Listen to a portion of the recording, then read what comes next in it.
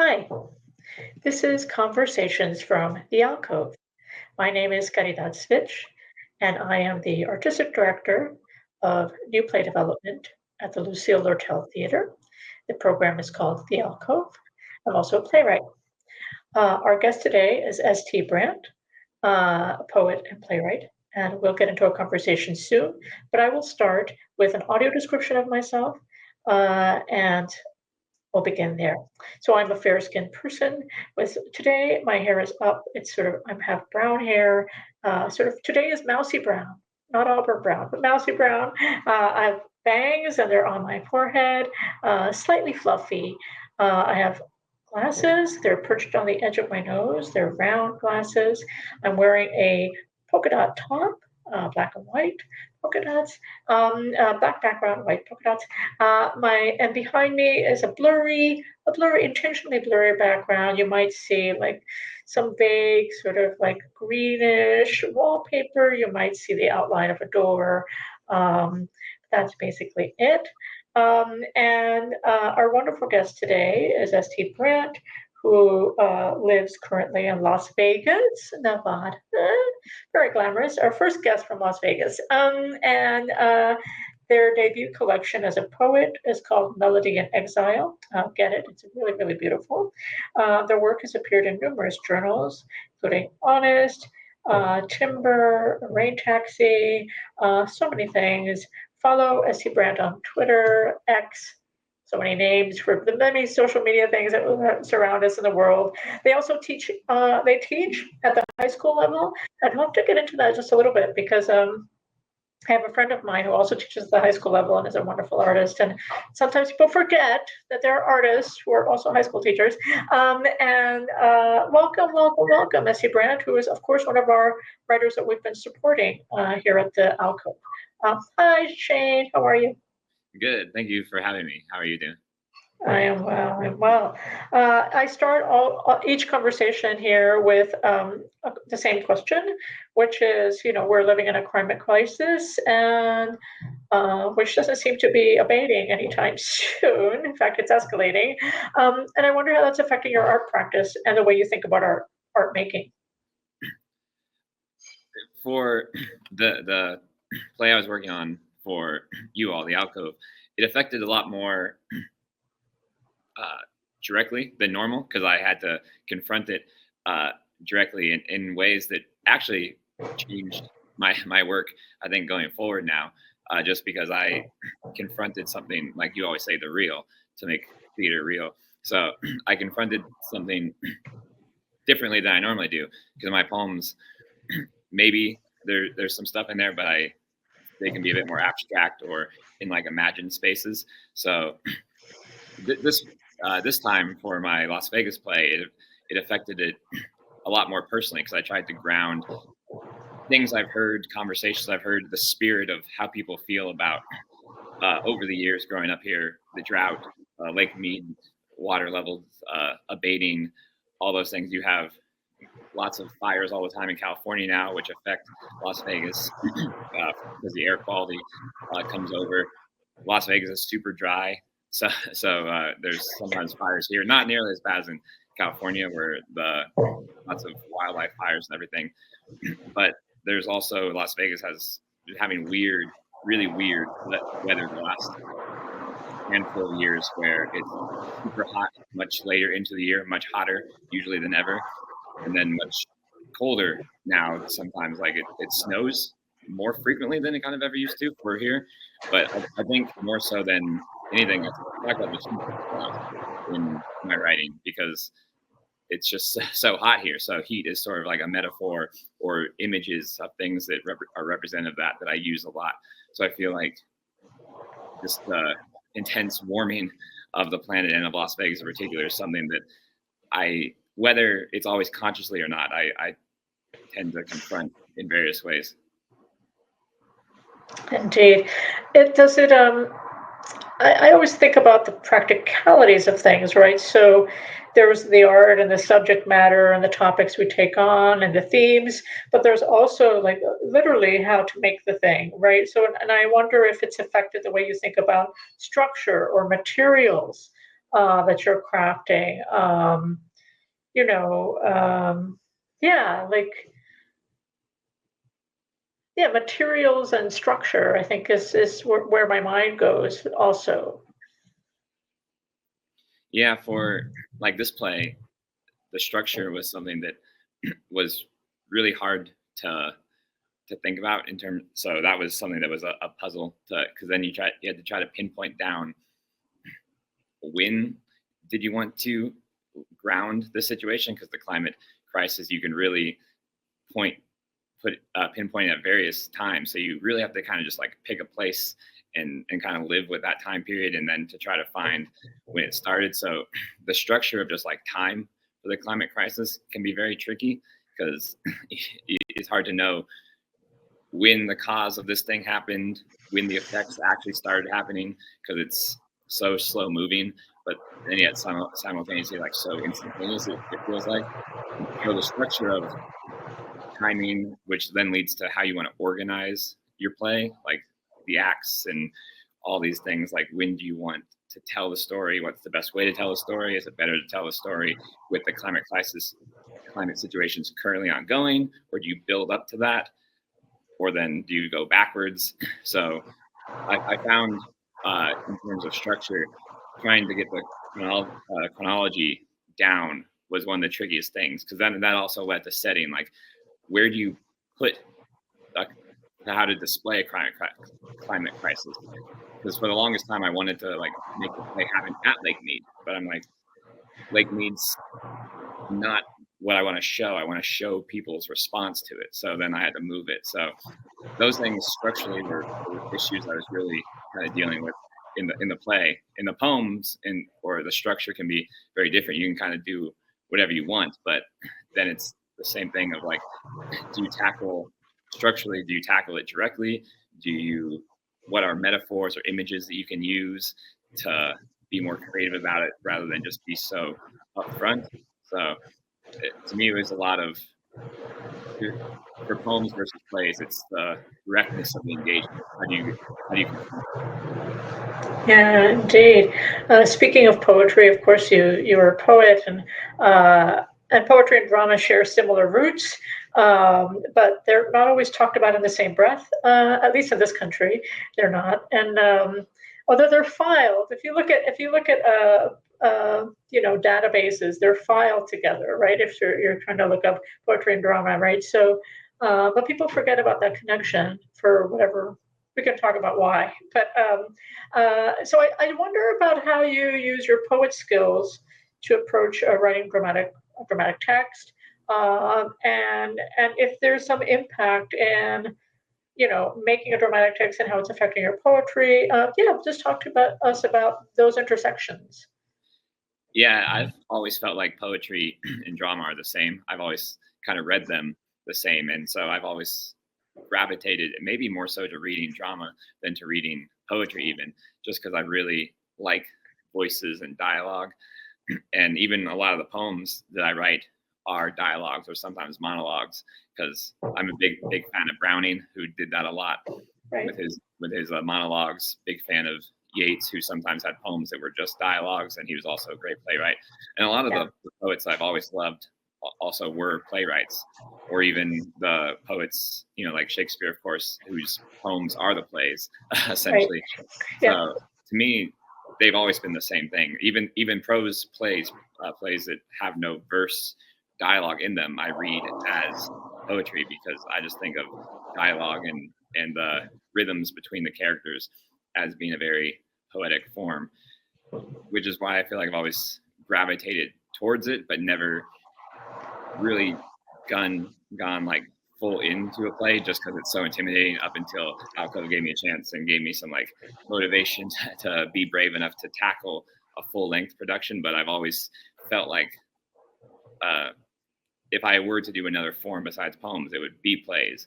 Whereas some poets are maybe drawn towards novels and everything. I've always been drawn towards just voices, as opposed to scenes and like settings and descriptions and long prose works. I just like to get voices down and characters. Yeah, I hear you. I was thinking several things as you were speaking. So one of them being, I was watching seminar with Jeanette Winterson, the wonderful author, and they were talking about reading. I think it was they were talking about. Well, they were talking about the power of library, going to the library, picking up a book, like first encounters with a book and text, right? And that they said that their mom gave them a copy of Murder in the Cathedral, the T.S. Eliot, and Winterson says that mom didn't know anything, didn't know what it was, thought it was a murder mystery. You know what I mean? It's like, oh, read this, Jeanette. It's a murder mystery. You'll like this. And then it was, it's a play, and so Jeanette opened it and just fell into the world of Murder in the Cathedral, and also kind of just some line that she said, she opened it and a line just kind of appeared on the page in her consciousness, and she was like, oh, I feel so emotional about it, and she kind of fell in love with T.S. Eliot through a play, not through The Wasteland or through Four Quartets or through, it started with Murder in the Cathedral. And so it made me think about the power of plays, this literature that is performance literature, that sits in this uneasy space between what is meant to be heard and what you can also access on the page, and imagine a voice with it or voices with it if it's multivocal. And the other thing that I was thinking about is how the reason I was thinking about this poetry, I also think of poetry and drama as the same, right? So, but I think that a lot of people, again, for reasons that are mysterious, try to constantly separate them. And it's almost, and you get the poets hang out over there, the playwrights are over there, and they don't talk to each other. Like it's a very strange to me. We work with sonority, we work with musicality, we work with very similar things. We work with line breaks. There are many things that we have in common. Metaphor and image and distilling things. These are all part of like our arsenal. But the other thing that I was thinking about poetry and drama together is that there's a sense of, maybe this is reductive, but just forgive me for a second, is that I feel like there's a sense of ceremony around encountering a poem. And I feel like there's also, of course, a sense of the ceremonial with a play, right? You're entering into some sort of ceremonial space. It's people call it the event space, but now because that term has become so commodified, it's I think it's lost its meaning a little bit. But I feel like the idea of the ceremonial, the idea of we're in a ritualized space with theater. And that it asks us to do something else. So, and poetry asks us to do something else as well. The encounter is intimate, usually with a poem, and it's asking us to kind of contemplate the world on a different level, emotionally, intellectually, spiritually, than the quotidian. And so they share that, and also the idea of persona and voice are part of both, and can be deployed in very fascinating ways. And so I think that one of the things that I was thinking about in relation to this question is that I'm a drama editor at Asymptote, which is a literary translation journal. And when I got that job, I was very flattered that they had asked me to be a drama editor. And I was like, finally, a literary translation, a literary journal that says that drama is part of everything else. You know what I mean? Usually what happens, it's like fiction, nonfiction, creative nonfiction, essays, blah, blah, blah, blah, blah, and then they never mention drama. You know what I mean? And so I was like sort of part. And so it just made me think about like how we are in conversation with the other quote forms of writing that exist, and to open ourselves up to that. So maybe this is not technically a question, but I think, does it make you think about what they encounter on the pages with your text? Like when you're writing a poem, is that a similar kind of encounter that you're seeking with a reader of your plays or with an audience with your plays? Yeah, and just sorry, I just waving to my colleague there. Yeah. that, just to go back, I think Murder in the Cathedral was actually the first play I ever read as well, because I was a big fan of Eliot already, only his poems. I didn't know he was a playwright. So when I read Murder in the Cathedral, I was like, oh, I didn't know you could do two different things. So that was my first exposure to a writer being multifaceted like that. So that's a funny coincidence that Winter, that we had that same kind of relationship to Eliot's Murder in the Cathedral. But yeah, I think, like you said, poems, people kind of intimidate themselves out of reading poems because they think they almost approach it too sacredly, that they're not up to the challenge of the poem, or the poem's evading them, or making itself too much of an obstacle for them to comprehend. They almost treat it like you have to learn to read differently, which every form you do have to learn to read how the text wants you to read it, in a sense, but it's still reading. Like, it's still, you need to trust yourself. You need to come into the text open to the same skills and imagination that you always do, and then you just have the fun of disentangling it from there. But too many people sort of balk at poems for that reason, like you said, that it feels ritualized. And I think with plays as well, because there's this idea that plays are meant to be performed, so why should I read them? And sure, like, we all would love to have our plays performed, like that's the dream. But the idea is also, like, they are still literature, so they still do function on the page in the theater of the mind. So that's my encounter with plays, because I'm in Vegas, we don't. It seems like it's thriving a little bit, or trying to get started a little bit, the theater scene, but it's never been a big theater place, like places like New York or Boston, or places that have a big theater community. So I don't watch a lot of theater in person or live, or see a lot of stage shows performed. I read a lot of plays, and so so when I write plays, I'm always, since I don't have a big theater background, I didn't grow up in theater or do theater. I did a play one time in 5th grade is all. But I write for, like, the theater of the mind. So I always try to, my first thing is, like, how does it read on the page? And then if the day comes when it gets performed, like, I can work through those. Like, anything that doesn't maybe, like, translate super well, I can deal with that kind of then. But I just want it to be good literature. But I think that's something that people encounter, like, as well, because everyone maybe has, like, the Greeks in mind when they think of a play, and so they think of that really ritualistic kind of daunting theater that's so traditionalized and everything, and they think that, oh, it's not the same as a novel. They're not telling me everything, but it's like, you imagine it, it's still the same stuff. It's just a novel. You have all the dialogue, you have the characters, so everything's there. But it's just like poems. People, I think, challenge themselves out of reading plays because of the different form. It just looks differently on the page, so they aren't as attracted to it for whatever reason. But like you said, not all journals like drama either, which is why I've had a couple one-act plays published in journals that some of them were under drama. Sometimes I just submit them as fiction. Like, you guys are going to deal with this. I wrote this thing. Someone's going to read it. And if you guys say you like experimental stuff, sometimes it's been rejected for whatever reason. Sometimes plays have written back saying we don't do drama. They just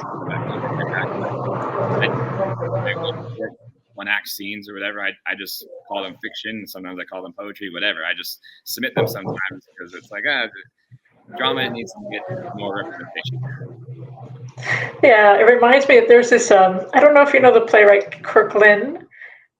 They teach at UT Austin, and they are, I think they're still part of the company called Rumex from Austin, Texas. And Kirk wrote a novel that is really a play.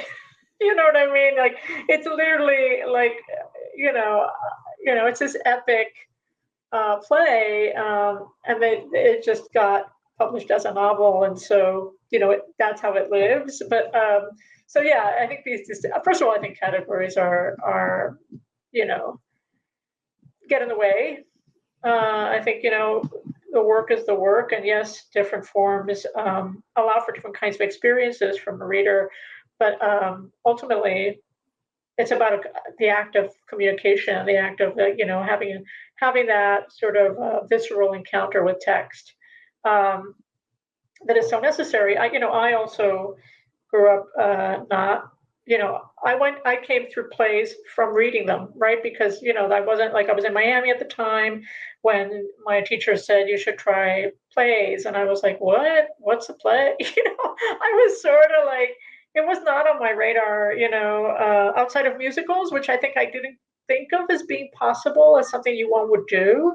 And so, yeah, and then my English professor was like, in junior high, she was like, I think there's something in your short stories that would lend itself to plays. And I was like, huh. And so I remember just going to the library, yay, libraries, and, basically like giving myself a task, of reading just a bunch of it, trying to discover what this form was, and really being mesmerized and surprised by it. Excuse me while I drink some water. It's very dry here today. So I wanted to think about like how, for me, that encounter with the play on the page, excuse me while I also sneeze, it's like really dry. The encounter with the play on the page for me was also a place of possibility, because I didn't know, like, how would that be designed? Who's involved? Like, I knew actors would be involved and stuff like that, but I didn't have that understanding, from embodiment. So for me, it was like, oh, Moliere does this, and Shakespeare does that, and Adrian Kennedy does this, and like, I was just like reading across the board, and really just tantalized by the fact that so many things were possible in this very complicated form that incorporates architecture and choreography and dance and music, if you want to, and like, and that it's also spoken, but it's also the beauty of silence and the beauty of experiencing silence, but also like literally bodies in motion in silence and what that does, So for me, it was like one of the reasons I was like smitten was that I was like, oh, it feels like such a big world. And wow, you can do so many things, right? So for me, it was always like the land of enchantment, but also the land of possibility. I want to circle into the question that I gave before we started talking today, which was around big and small, right? So in the sense of like, I feel like, I mean, there are practical reasons. So one, in the world of theater, it's like, some plays are considered big, and usually that means cast size for whatever reason. But I've seen a lot of plays that are big that aren't big, and then I've seen a lot of plays that are quote small that are huge, right? So I think that there's some strange notions around scale with theater and scope that can happen. And I wonder, your thoughts around bigness, because I know Lake Mead is big, at least in its current iteration, but also like how you as a viewer, reader, apprehend work around these questions, whether they come to you or not, around bigness and smallness. Yeah, I appreciate you sending me this question in advance, because I've really thought about this one a lot, because I wanted to make sure I had something good to say about it. So hopefully that's true. But I think big is, like you said, I think people attribute it to like maybe cast size, or that it takes place in lots of places, like lots of scene changes or whatever. But I would agree with kind of your notes about the comment that I've always attributed big. Sure, those things help to be big in terms of just like maybe quantity of what you need for the play. But I think big is ambition. Big is the ideas of the play, what it's after. Like, you can have a play with huge amounts of characters, lots of fancy sets and everything, but it doesn't tackle anything important. The dialogue isn't beautiful. It's not interesting. So in that regard, it's a minor play. It would be a small, despite its bigness. And then you have plays that are very small. So in my mind, I immediately went to like Beckett and Pinter. Very, very, very small plays take place like Pinter, just a single room. You have a chair and a table maybe, and you have like two guys like in a no man's land, and it's a huge play just because it contains so much in just their dialogue. And that's what I love about plays. It's the action of the words rather than the action of spectacle or the action of action, where you just the confinement of the space just brings out so much. And so I think bigness is just in your language, and that's to me that's what makes poetry and drama the same, is they rely so much on language that it's the power of the language that brings the thing to life. Like the language is what makes the characters. It's not, you don't have the novelist telling us what the characters are doing, this or that. Like you can have stage directions that do that for sure, but it's the personalities created through the language of the people, the way they say this or they say that, or their particular idiom, or all these things. So that's the beautiful thing about language that's the poetic part of drama, is a whole personality is created just from their dialogue. And to me, that's big. Bigness is, do you have a character? Do they have a real personality? Because if your play has even one memorable character that is now in like the milieu of literary dramatic characters, you've created a huge play. Like Estragon and Vladimir, like that's a huge play. Those are all-time characters now, and all it is just like you have a tree on stage. So like is big in that it's long, because I tried to put everything in there just because for the first draft I was like, I'm just gonna go crazy, I'm gonna write my dream play. So I wanted to go big ambitiously, and because I really love characters, so it does have quite a few characters, because to me Las Vegas is big, and so you need lots of voices to make it Las Vegas. So I wanted to try to get that true feel, but it didn't have to be. Like I'm hoping that it's still big in the scenes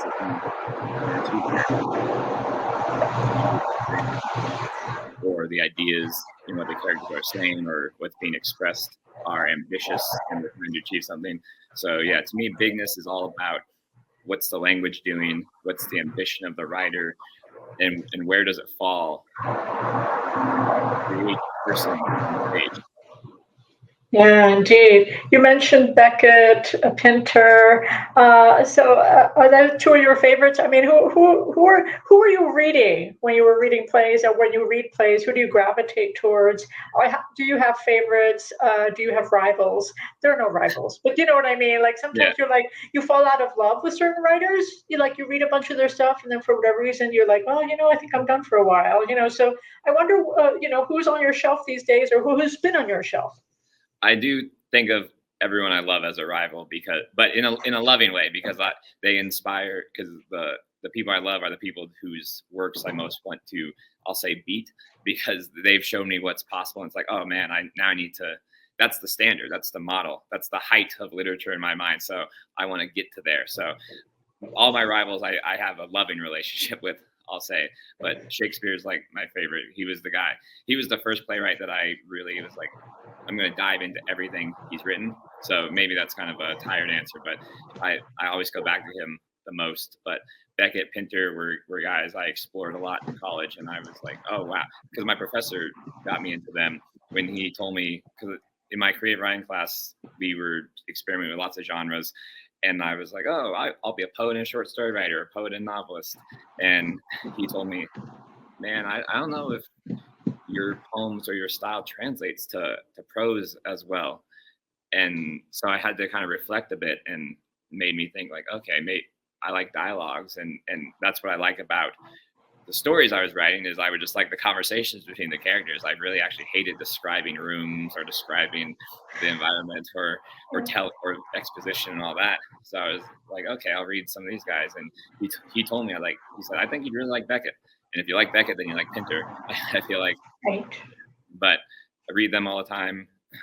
Yeats, I enjoy his kind of mythological plays and just his dialogue. I pretty much love every Irish playwright. I just love the language of basically every Irish playwright, because it's so good. I feel like they have such a rich language from their characters. Been reading. I have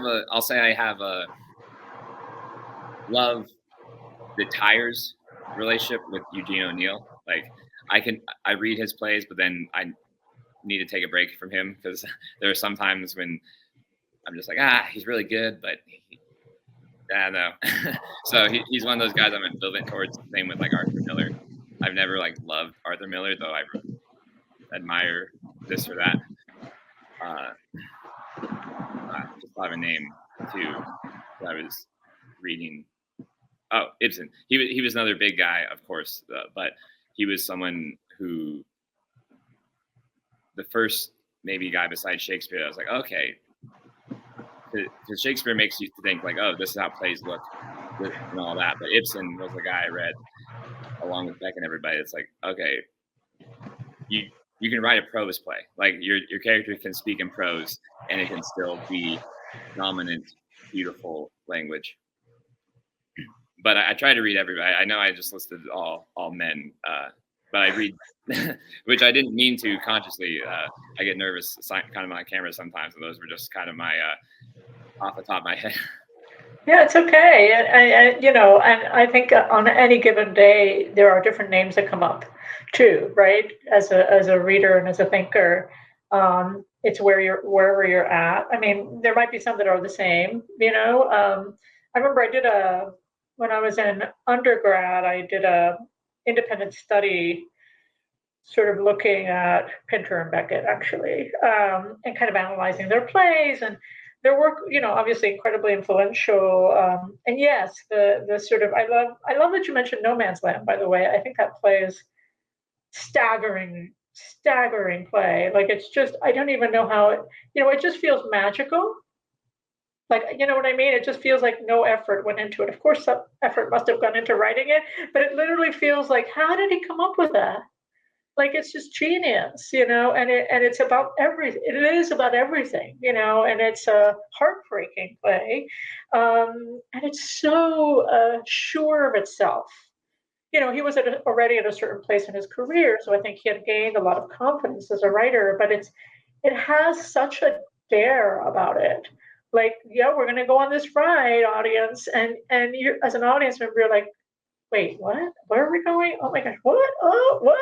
You're like, and you're just on it, and that plays over, and you're just left gobsmacked. I can't say enough good things about that play. And it's a play I came to late of Pinter's. I started with a caretaker, like Dumbwaiter, was in my anthology in school, so of course we read that one first and all that stuff.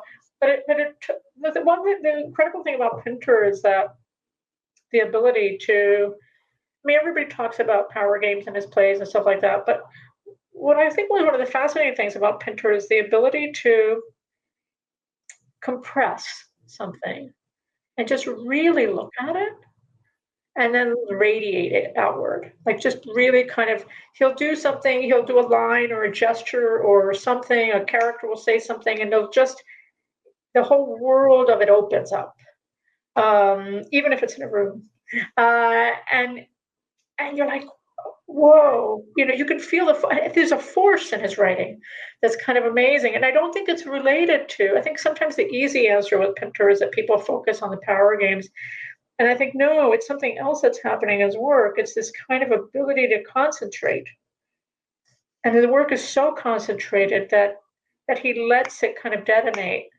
So that when something hits, it really hits, and it goes to the ceiling and beyond, right? And that's, I think, what makes something big, right? It's sort of like it just kind of, it's that sense of verticality. It's interesting you mentioned the ancient Greeks, dramatists, and what I'll say is what I love about them is the sense of verticality in the writing, is that the writing goes straight up.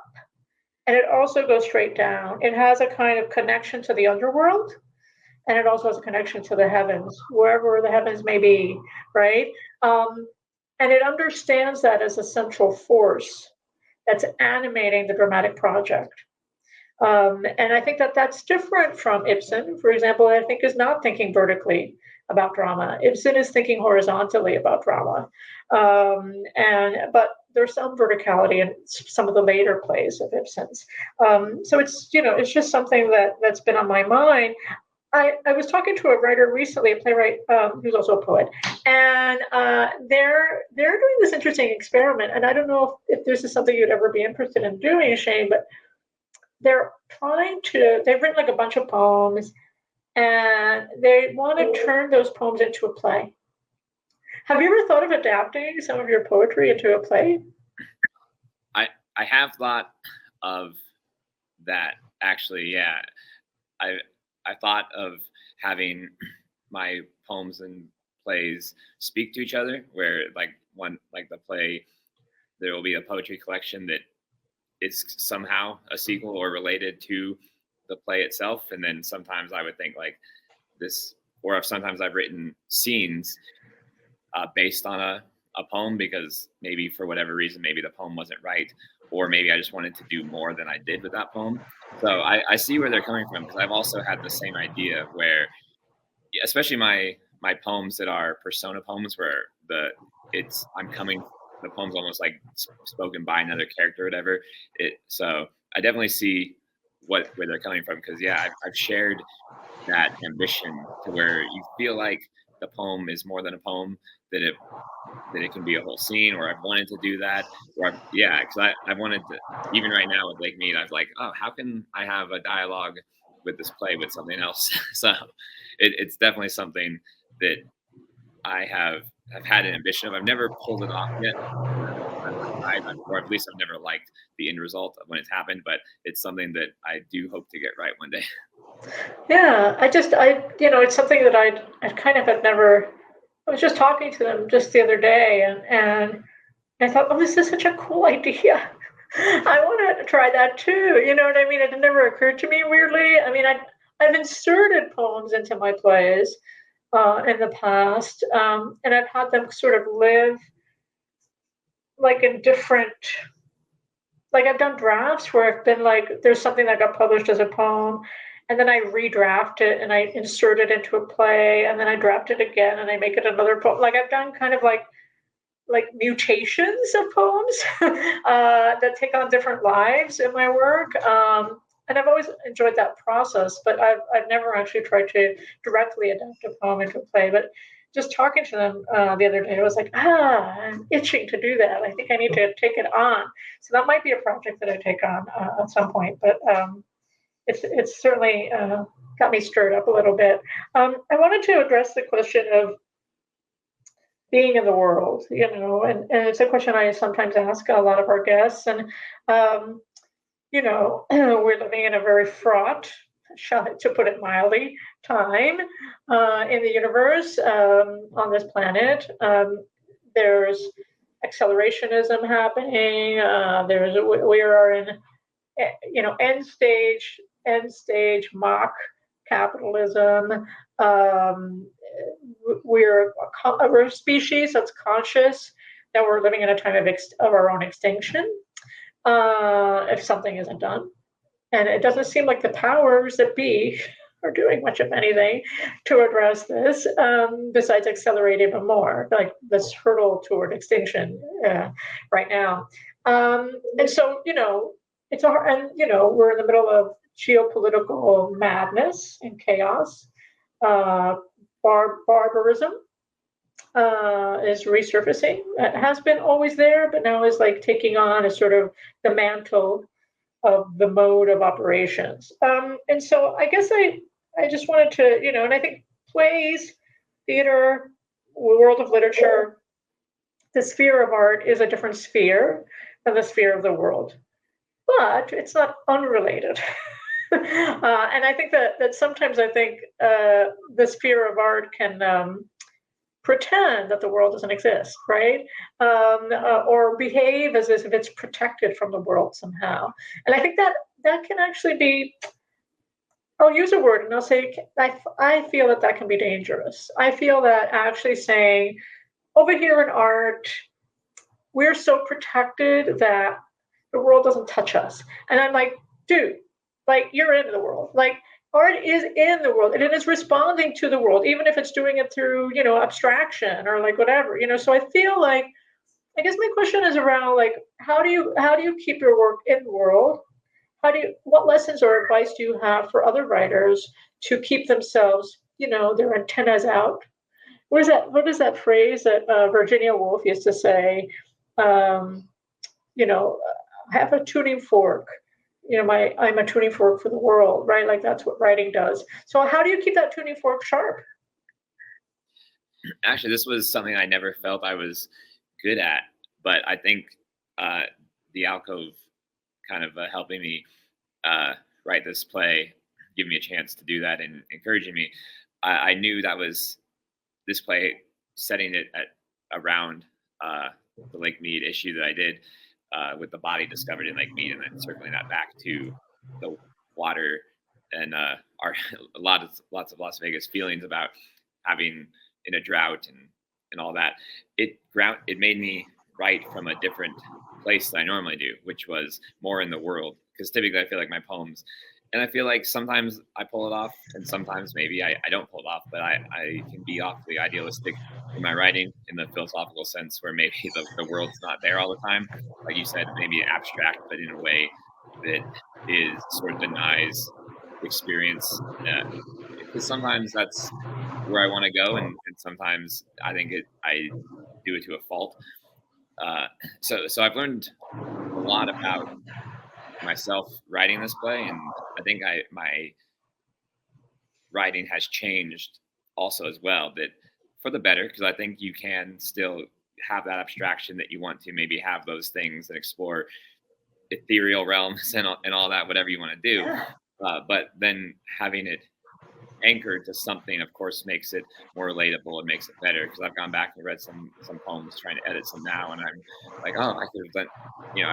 I just see so much better now. Like, oh, this line doesn't work for this reason or whatever. But writing this play from the fixing it from the worldly level helped me not get too carried away in one direction. Because, like you said, verticality and both up and down, you need a place to start from to go up and to go down. Right? You can't just be drifting in free space, because then nothing's up or down from there. You have no ground.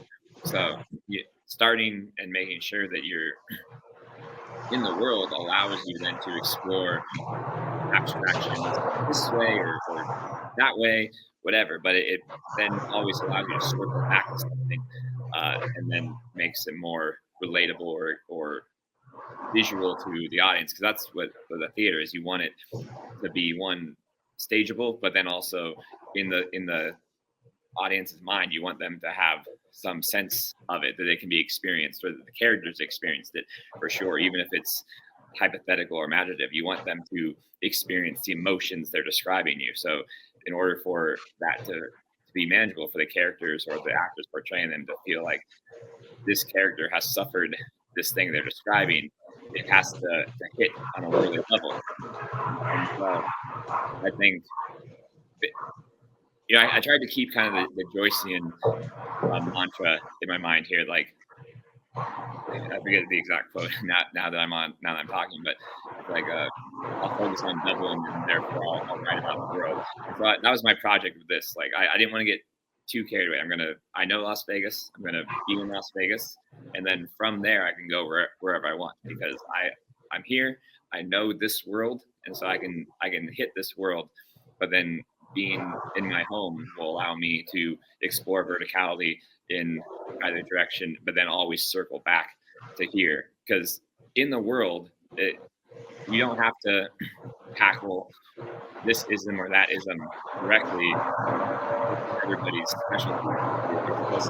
Not everybody can bring like an interesting perspective, say, to like capitalism or whatever. That's not their game. But they can bring a perspective on this or that based on their world, and it will make their characters believable. It'll make the experiences the characters are having or talking about believable. And the benefit of that is it makes the emotions that are being conjured up portrayable by the actors on stage or by the voices of the characters on the page, and therefore it makes it much more resonant to the audience. I found that as I was writing, it helped me not get carried away, to just remind myself, like, you're in Las Vegas, and then and then that kept me kind of grounded, like what are the characters experiencing in Las Vegas? And if the language kind of ran away a little bit, it wasn't to the detriment, at least that was the hope, that it wasn't to the detriment of the dialogue, because the characters, I felt like as I was writing, they were their feet were on the ground. They were a real person, having a real thing, having a real experience, describing a real situation.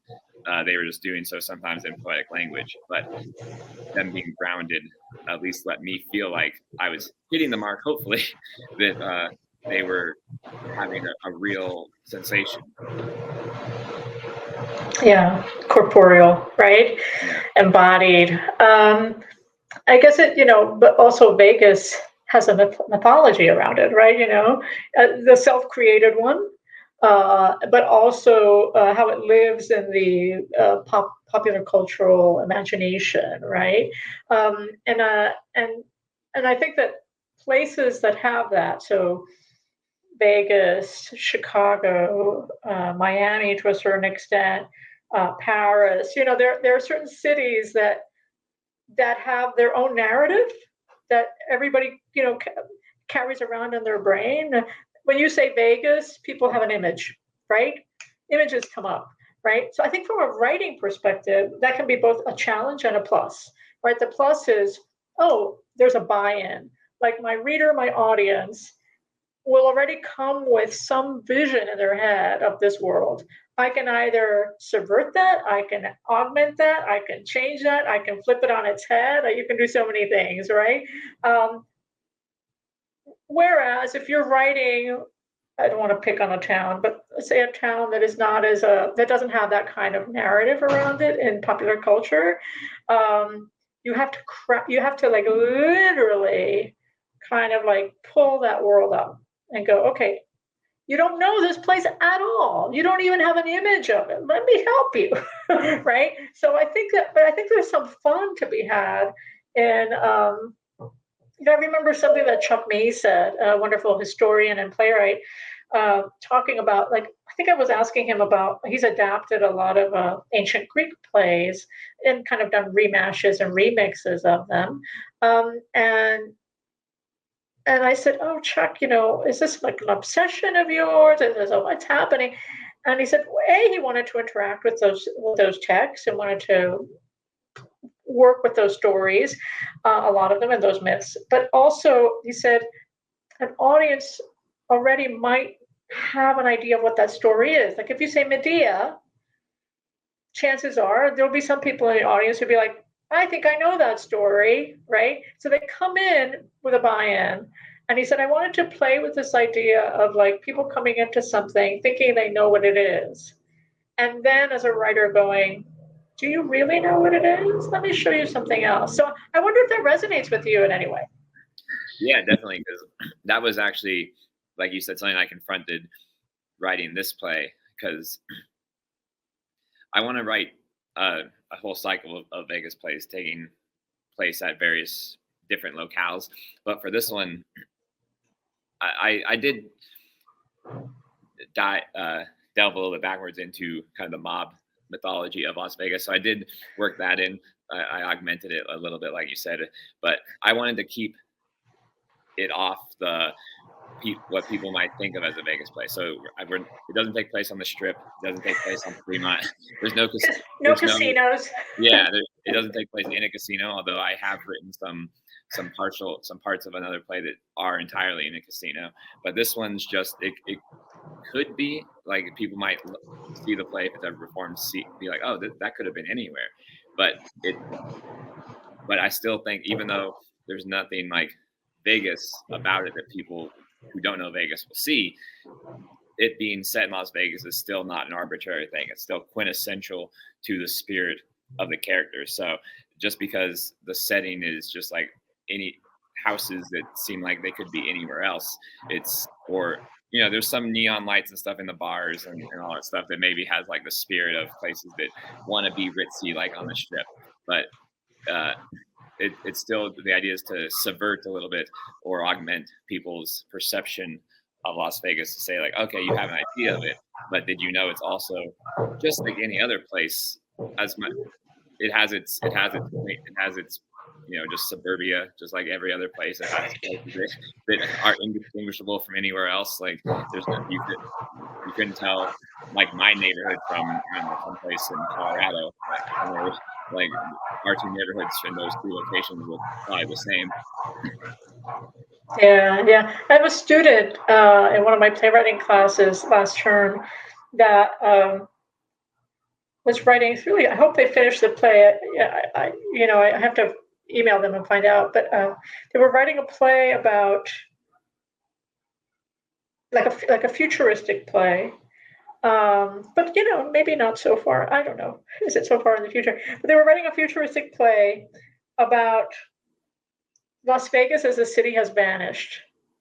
And it was about people sort of going there anyway, going to where it used to be and trying to discover it again. And I thought that was such an ingenious, like it was such a kind of a beautiful play, even in its embryonic stage, of thinking about like origin, thinking about like what does territory mean? Like what does this land mean to people? And this idea of the gravitational pull of that part of the country as well. And also, from her point of view, she was looking at the idea of like cataclysmic erasure from climate change, but also extractive erasure of the area.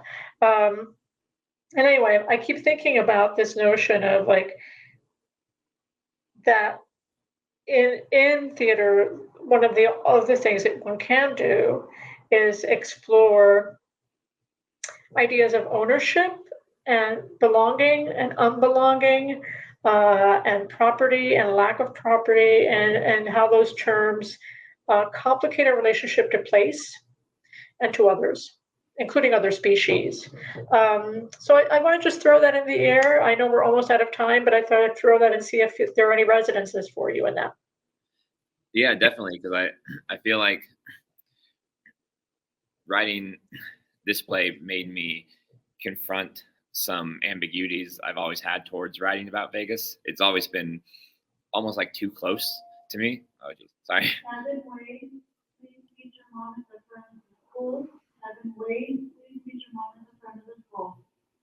Little announcement there. No worries.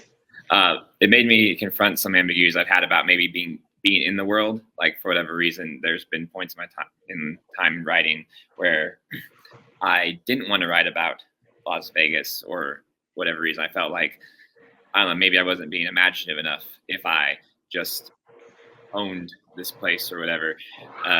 Or there have been other times when maybe I felt like too possessive of Las Vegas, and then maybe when I encountered a story or something that made reference to it or was said here, I got defensive over their portrayal, because sometimes that happens when there's a place we love and we feel like someone else is also trying to claim it. That's what it feels like. They're trying to claim it. And it's like, wait, why do I feel that way? So I did have to tackle some feelings about just possessiveness, really, and all that writing this, because I really had to write about Las Vegas seriously for the first time here. Like I made myself sit down and be like, let's get this done. Let's go. And actually setting the story here and going through with it, it was like, okay, like I didn't know, there was a part of me that was really relieved after it was done for a lot of reasons. One of them being almost like I exercised something. I was really close to this project. It almost felt like undoable because it's been weighing on me for so long, and I didn't think I could actually pull it off. There was something about writing about home that can be very hard.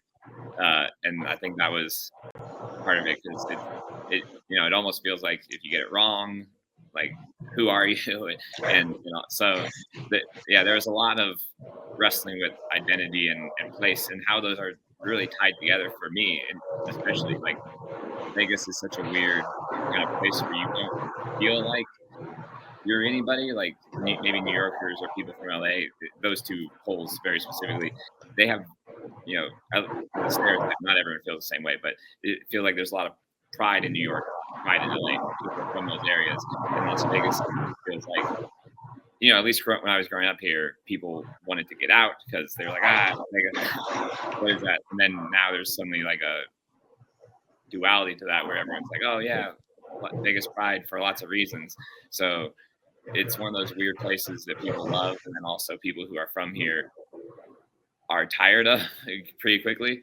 So trying to pin down exactly like what Vegas meant to me, or how it affected me, even, I guess is maybe a better word. Like how did Vegas craft these characters, and in some way that kind of made me wrestle with how did it affect me. Like, so I definitely think that's involved in theater writing for sure. Like, how does a place affect people?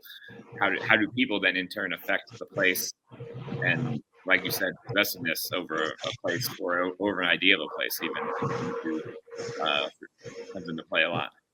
Yeah, super cool. Thanks for responding. We're at time. So first of all, I want to thank Shane for gracing us today at Conversations from the Alcove. If you don't know the series, this is your first time viewing it, there's a whole slew of conversations on our YouTube channel here at the Lortel Theater. So do check it out. Check out the back issues, as they say, back episodes, but also future ones to come. For now, as if you do follow series, you know that what I usually do is say goodbye, but then and hit end recording, but then stay online a little bit with our guest afterwards. Goodbye, and see you next time.